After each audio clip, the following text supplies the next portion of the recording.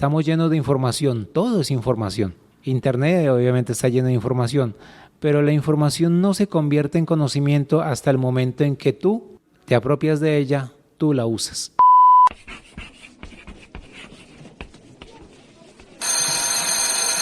Moi Camoi, bienvenido al podcast Papo de Educador. Yo soy el profesor Damione Lamito y el tema de hoy es la tecnología para educación.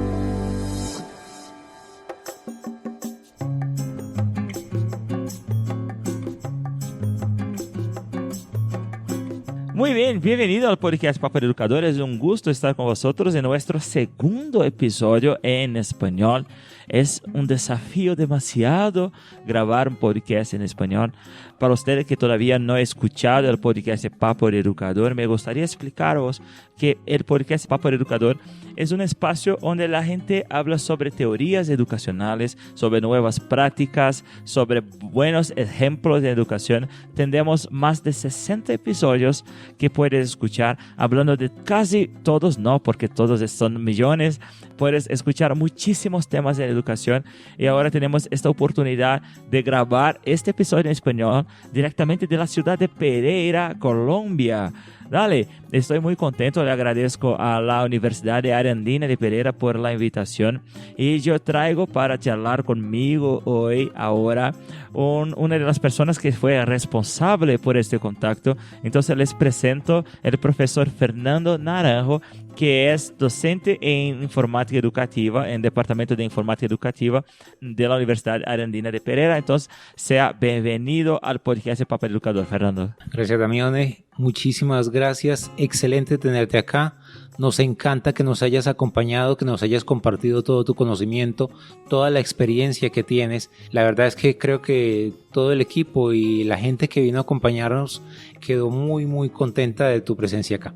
De otro lado, pues para hablar de tecnología, tú sabes que es un campo tan amplio y tan vasto y tan denso que muchas veces todos los docentes que nos hundimos en esos mares tan profundos de tecnología aplicada a la educación, a veces incluso nos perdemos. Ahora rato decíamos que, si te acuerdas bien, nosotros estamos infoxicados. Llenos de información, es decir, intoxicados de información. Intoxicados de datos, intoxicados de estrategias, y a veces no alcanza el tiempo para hacer toda la cantidad de aplicaciones que ojalá se pudieran hacer con todos los recursos que van saliendo y con todos los recursos a los cuales nos estamos disponiendo. Nos encontramos con metodologías, nos encontramos con estrategias, nos encontramos con modelos, es decir, una cantidad de recursos que nos toca en un momento dado estar combinando de un modo o de otro para tratar que nos salga un producto muy interesante, sobre todo para los chicos, para los estudiantes, para que ellos se involucren muchísimo más con sus aprendizajes. Es interesante que estas herramientas nos han servido muchísimo, más que para enseñar, justamente para reconocer cómo son los aprendizajes de los chicos. Si los estudiantes están tomando sus conocimientos, si ellos se están apropiando de ellos y de acuerdo con los resultados que ellos nos arrojan, justamente con todas las herramientas y las estrategias, pues claro, ahí reconocemos si ellos se están, como te decía, apropiando o están justamente tomando conocimiento. Acuérdate que una cosa es información y otra cosa es conocimiento. Estamos llenos de información, todo es información. Internet obviamente está lleno de información, pero la información no se convierte en conocimiento hasta el momento en que tú te apropias de ella, tú la usas. De resto sigue siendo información y por eso estamos, como te decía ahorita, seriamente infoxicados de cosas, claro.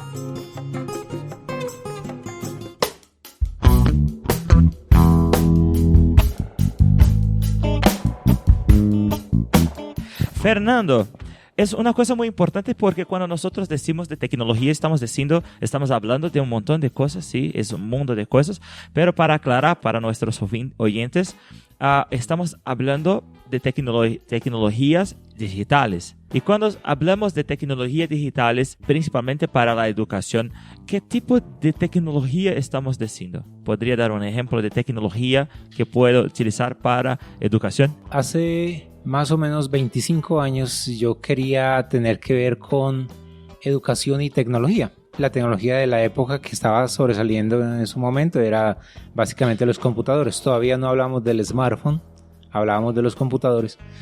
Y yo soñaba con que podría combinar mi formación en educación o como educador junto con mi formación en tecnología como ingeniero de sistemas y poder ofrecerle a los chicos.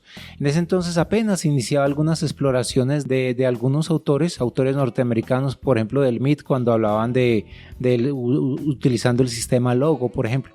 Y entonces soñaba qué chévere, qué interesante sería aplicar herramientas con los chicos, pero pues como la infraestructura de esa época apenas daba prácticamente un computador por cada 30 niños, un computador por cada 30 estudiantes, hasta que por fin la densidad de máquinas fue siendo un poquito más amplia. Cuando entré a trabajar con la Secretaría de Educación en la ciudad de Pereira, pudimos empezar a lograr esas metas, esos indicadores de poder entregarle a los chicos al menos llegar a términos de al menos un computador por cada 2 estudiantes.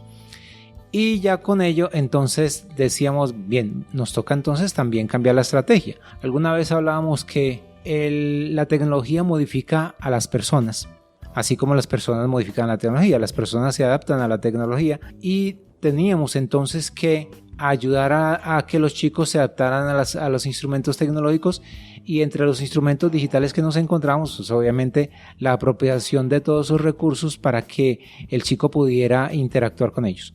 La gran virtud de una máquina ha sido que el niño tiene autonomía. Él podría interactuar con el aparato, con el computador, de tal modo que él simplemente va haciendo casi que su trabajo de apropiándose del conocimiento y llevando incluso hasta la evaluación en cualquier momento.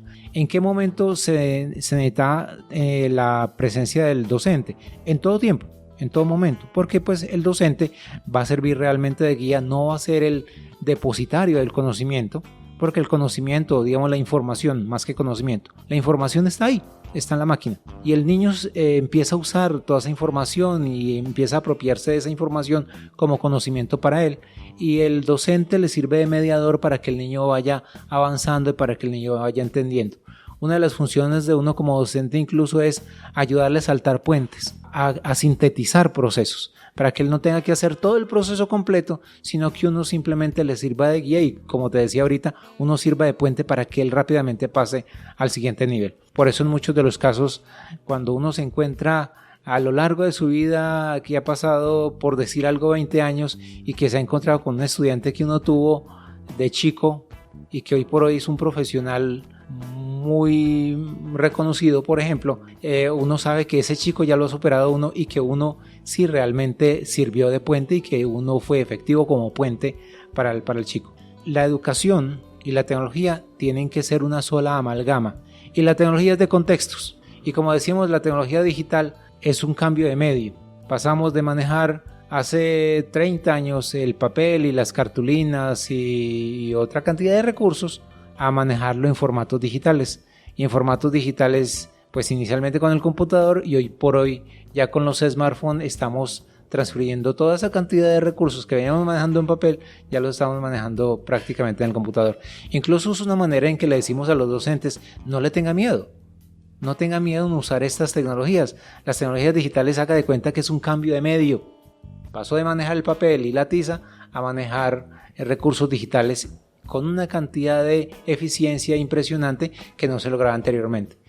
De eficiencia de tal manera que, por ejemplo, teníamos chicos que se demoraban 5 horas de clase de un profesor viendo un tema, a lograr que ese mismo tema, después de 10 años, ya los chicos lo vean prácticamente en 1 hora y tengan comprensión del tema muy ágilmente, muy rápidamente. Es decir, ganamos en eficiencia, sobre todo pues con el uso de tecnologías digitales. Un punto que tengo mirado por ahí es que algunas escuelas solamente ponen una computadora en el salón de aula y creen que están haciendo todo lo que necesita. O entonces cambian la pizarra por una pizarra digital y creen que está todo listo. Lo que tengo mirado es que los colegios están solamente cambiando una pizarra por una pantalla de proyección muchísimo cara, ¿sí? porque no veo los profesores utilizando todo el potencial de la tecnología. Está se pasando con la tecnología en el salón de aula, que se pasó cuando se empezó el e-learning, la educación virtual. O sea, los profesores solamente tomaron los libros que ellos utilizaban durante sus clases y pusieron en un sitio en la internet y decían, listo, ahora estamos haciendo e-learning. Pero hay algunas cosas que se tienen que observar.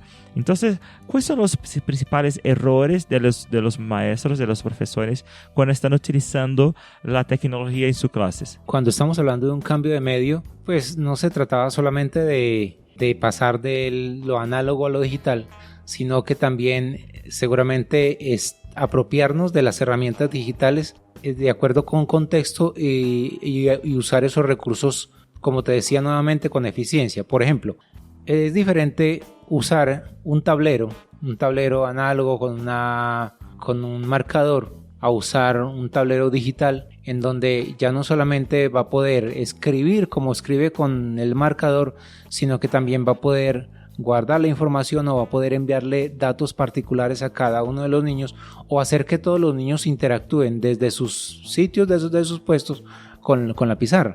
Entonces seguramente es una visión diferente que se le va a presentar al docente. No es entregarle las herramientas porque sí al docente. De hecho, una experiencia que tuvimos cuando estábamos con Secretaría de Educación, le entregamos los computadores a la institución educativa, le entregamos los computadores a los docentes. Los docentes sabían algunas pequeñas cosas, pero ellos se apropiaron de la tecnología con lo escasamente que ellos sabían. Pero si le hubiéramos transmitido, por ejemplo, ejemplos de cómo usar la tecnología eficientemente, ejercicios, por ejemplo, lo que hiciste hoy tú con nosotros, o lo que hiciste ayer con el Kahoot, o lo que hiciste con la nube de palabras, eran visiones un poco diferentes a como los compañeros lo venían usando. Entonces ahí nos damos cuenta, caramba, es la misma herramienta, pero usado de modos distintos y apropiándose nuevas estrategias, nuevos modos de hacer las cosas, porque siempre van resultando muchos más modos, siempre más interesantes. Te voy a poner un ejemplo o algún ejercicio que nosotros hacemos acá con los estudiantes. A los chicos les enviamos el video estilo Flipped Classroom, es decir, la clase invertida. Les enviamos el video, los videos, de pronto una pequeña práctica. Los videos son cortos, videos de 2 minuticos, y entonces ellos simplemente se apropian del conocimiento en su momento. ¿Cuándo sé que él sí realmente reconoce su conocimiento? Cuando ya está en la clase con nosotros y le empiezo a preguntar y lo empiezo a bombardear, o le pongo el mismo ejercicio para que él me demuestre que lo sabe hacer. Y entonces lo más interesante no es en sí la tecnología, sino lo más interesante es seguramente lo que vamos a hacer con la tecnología. Él se apropia de los recursos tecnológicos para poder hacer aprendizajes, para construir aprendizajes. Lo que necesitamos es que él haga esa construcción de aprendizajes. Y esa construcción de aprendizajes, él la termina de hacer aquí en clase con nosotros cuando hace la tarea. Entonces, cuando hace la tarea nos dice, caramba, sí, sí, como lo vi en el video. Oh, sí, profe, excelente. Qué bueno, profe. Oh, profe, corríjame esto. ¿Sí lo estoy haciendo bien o no lo estoy haciendo bien? A veces hasta pensamos que con el modelo de clase invertida, que es uno de tantos modelos, una de tantas estrategias, a veces creemos que nosotros los docentes estamos haciendo trampa porque le estamos entregando el conocimiento a ellos. Porque tenemos la visual o la visión de que los docentes somos los depositarios de un montón de libros, de un montón de contenidos, y que somos los que tenemos que saber para transmitir. Y realmente no es esa la función real o la función apropiada de uno como docente. Tú eres un docente investigador. Tú, Damián, eres un docente investigador. Y siempre vas un pasito más allá de los chicos. ¿Por qué tienes que ir un pasito más allá? Porque en cualquier momento, cualquier estudiante te va a hacer la pregunta demandante, que es, profe, ¿y de aquí qué más hago? Entonces tú ya tienes la respuesta a la mano y le dices, sí, mira, yo estuve consultando esto, explorémoslo los dos, porque a veces uno no alcanza a mirar todo. Entonces explorémoslo los dos, ¿qué te parece? Y avancemos. Porque básicamente en muchos de los casos el aprendizaje no es el aprendizaje del estudiante, sino el aprendizaje de todos, de todos como comunidad, de todos como tribu. Que la función del docente sí es esa, estar un poquito más adelante del estudiante, pero no ser un depositario de contenidos, porque los contenidos y la información está ahí. Y esa es la gran virtud de las tecnologías digitales, de ser un repositorio de contenidos y de poder aplicar estrategias eficientes, pero las estrategias eficientes en últimas no las aplica la tecnología, sino que las aplicamos los seres humanos, porque el chico es competente no frente a una máquina, sino que el chico es competente frente a otro ser humano.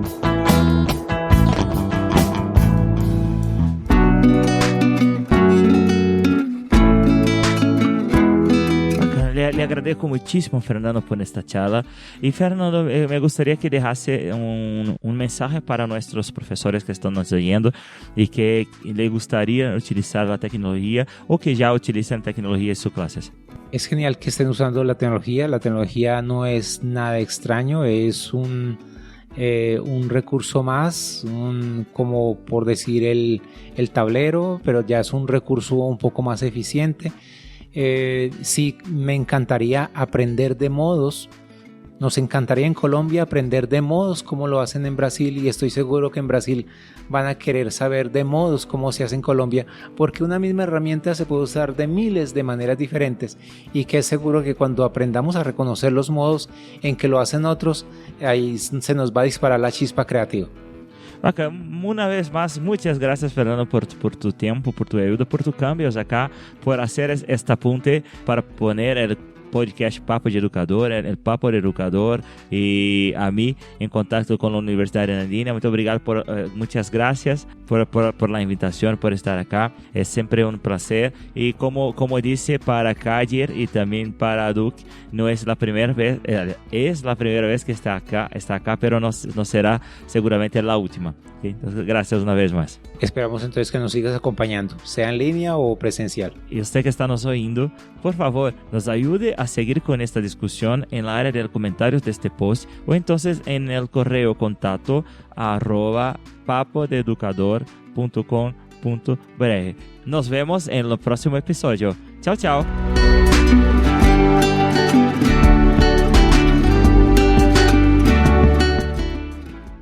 Podcast Papo de Educador.